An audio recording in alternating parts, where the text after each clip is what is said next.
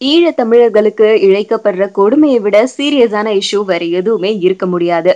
அந்த மாதிரி ஒரு சீரியஸான இஷ்யூக்குள்ளார இப்போ விஜயோடைய படம் சிக்கிக்கிட்டு இருக்கு. விஜய் படம் அப்படின்னு சொன்னாலே ஏகப்பட்ட ப்ராப்ளம்க்கெல்லாம் அப்புறம் தான் அது வெளிவரும்.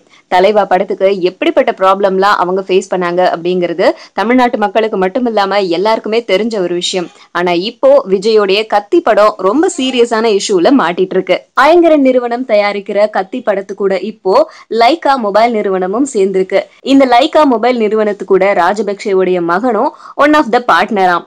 திரைத்துறைக்கு இந்த மாதிரி உதவிகள்லாம் செஞ்சு அவங்கள தன் வசம் இழுக்கிறதுக்காக இவங்க போடுற பிளான் அப்படின்னு சொல்லிட்டு நிறைய தமிழர்கள் இதை எதிர்க்கிறதுக்காக ரெடி ஆகிக்கிட்டே வராங்க. இப்படி ஓபன் சீக்ரெட்டா இருக்க இந்த விஷயங்கள் எல்லா தமிழருக்கும் தெரிஞ்ச மாதிரி விஜய்க்கு தெரிஞ்சிருக்க கண்டிப்பா வாய்ப்பு இருக்கு. அப்படி இருந்தும் ஏன் இந்த படத்துல நடிக்க ஒத்துக்கிட்டாரு, தொடர்ந்து இந்த படத்தை கண்டினியூ பண்றாரு அப்படிங்கிற விஷயம் தெரியல அப்படின்னும் எல்லாரும் பேசிக்கிறாங்க.